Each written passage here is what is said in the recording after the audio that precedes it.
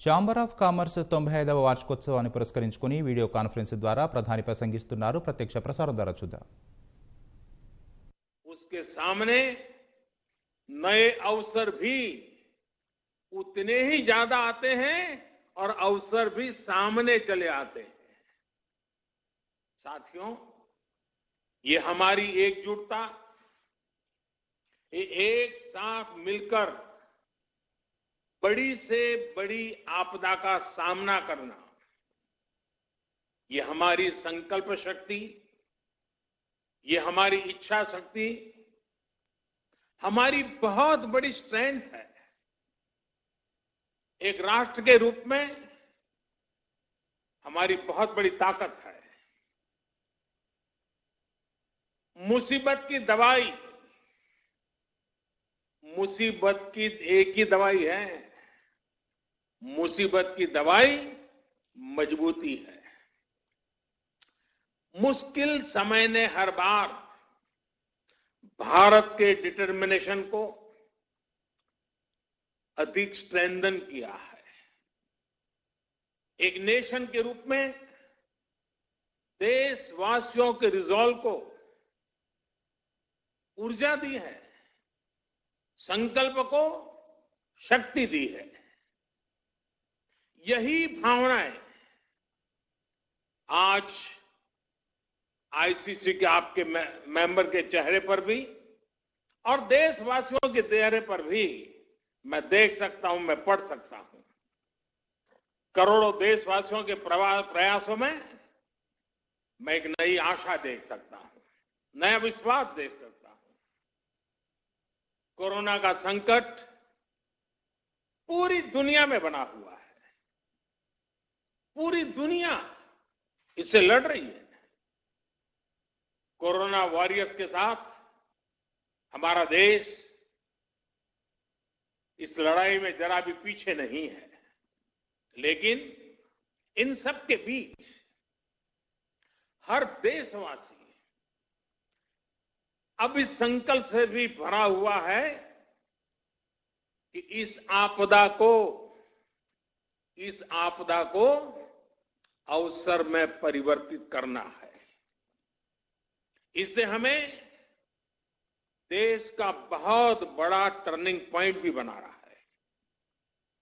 ये turning point क्या है?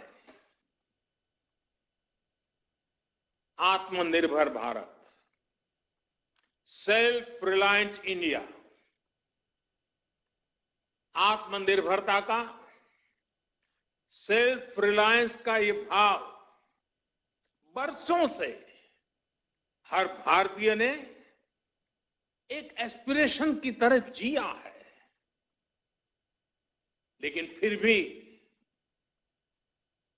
एक बड़ा काश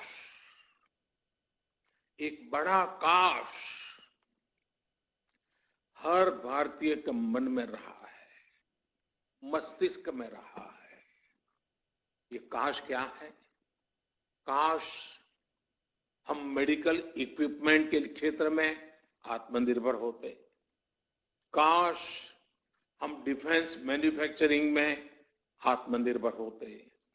काश हम कोल और मिनरल्स के सेक्टर में आत्मनिर्भर होते.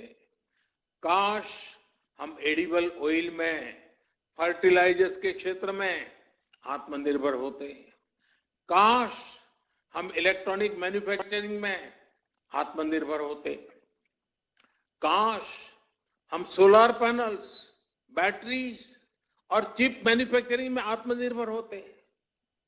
काश हम एविएशन सेक्टर में भी आत्मनिर्भर होते. ऐसे कितने सारे काश, अनगिनत काश हमेशा से हर भारतीय को झकझोरते रहे हैं. साथियों, एक बहुत बड़ी वजह रही है कि बीते 5-6 वर्षों में देश की नीति और रीति में भारत की आत्मनिर्भरता का लक्ष्य सर्वोपरि रहा है. अब कोरोना क्राइसिस ने हमें इसकी गति और तेज करने का सबक दिया है।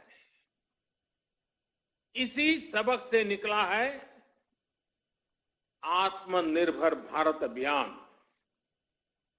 साथियों, हम देखते हैं परिवार में भी संतान, बेटा हो या बेटी, 18-20 साल का हो जाता है तो मां बाप उसे सबसे पहले कहते हैं कि अपने पैरों पर खड़े रहना सीखो।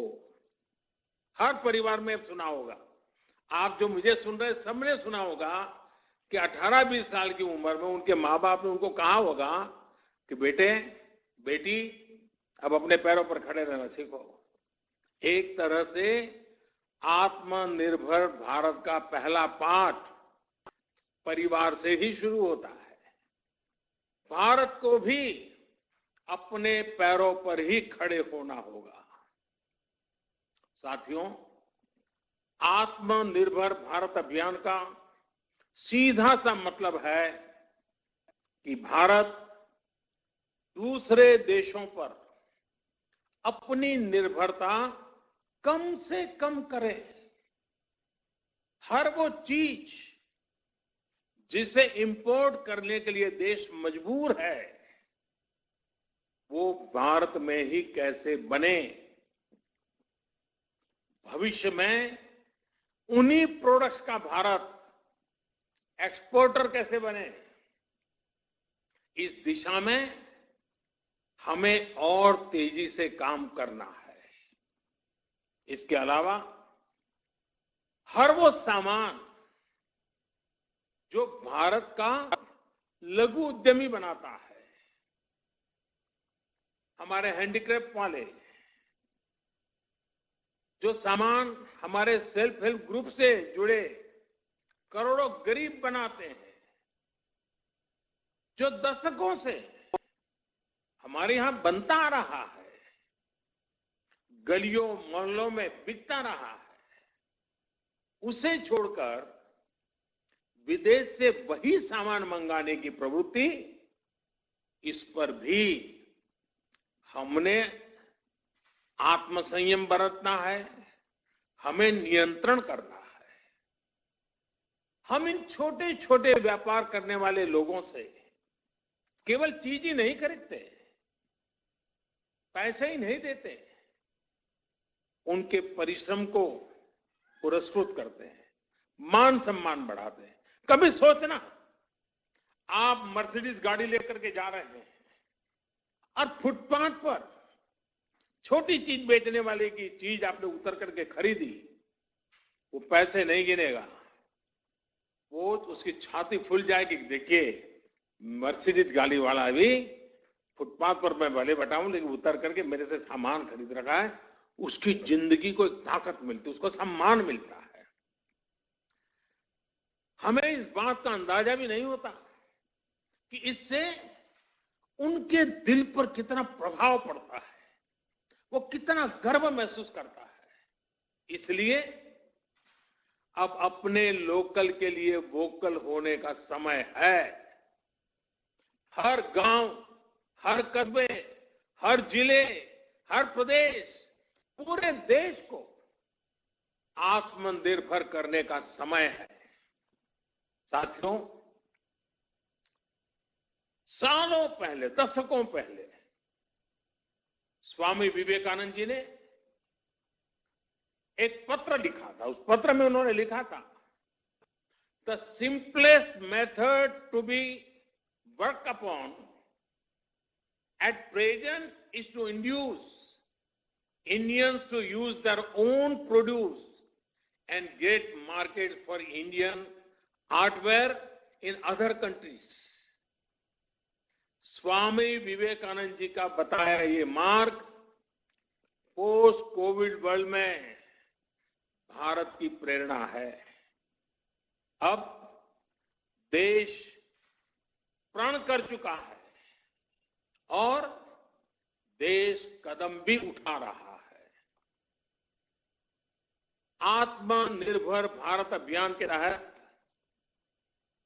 जिन बड़े रिफॉर्म्स की घोषणा की गई है उनको तेजी से जमीन पर उतारा जा रहा है। एमएसएमईज की डेफिनेशन सालों से लटकी हुई बात, उसका दायरा बढ़ाना हो या एमएसएमईज के सपोर्ट के लिए हजारों करोड़ के स्पेशल फंड्स की व्यवस्था हो, ये सब आज सच्चाई बन रहे हैं। आईबीसी से जुड़ा फैसला हो, छोटी छोटी गलतियों को डीक्रिमिनलाइज करने का फैसला हो, इन्वेस्टमेंट की फास्ट ट्रैकिंग के लिए प्रोजेक्ट डेवलपमेंट सेल्स का गठन हो, ऐसे अनेक कार्य पहले ही हो चुके हैं। अब तमाम सेक्टर्स, खासकर कोल और माइनिंग के सेक्टर को अधिक कॉम्पिटिटिव बनाने के लिए जो रिफॉर्म्स अनाउंस हुए हैं उसका भरपूर फायदा उठाने के लिए उद्योग जगत आगे आए। मेरे युवा साथी, आप आगे आए। साथियों, किसानों और रूरल इकोनॉमी के लिए जो निर्णय हाल में हुए हैं, उन्होंने एग्रीकल्चर इकोनॉमी को बरसों की गुलामी से मुक्त कर दिया है। सच्ची आजादी किसानों को मिली है। अब भारत के किसानों को अपने प्रोडक्ट, अपनी उपज देश में कहीं पर भी बेचने की आजादी मिल गई है।